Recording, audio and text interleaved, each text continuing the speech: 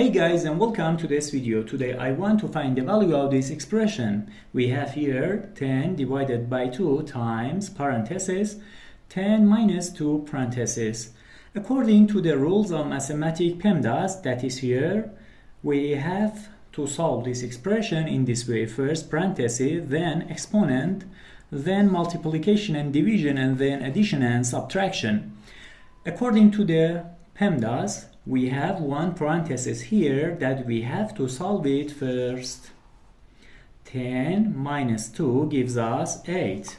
And now let's rewrite the expression.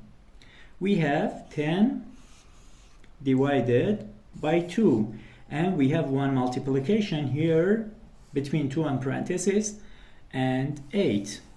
Now, according to the rules of mathematics PEMDAS, we know division and multiplication are equally important, so we have to solve this expression from left to right.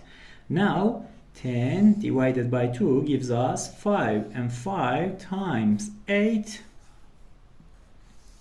gives us 40.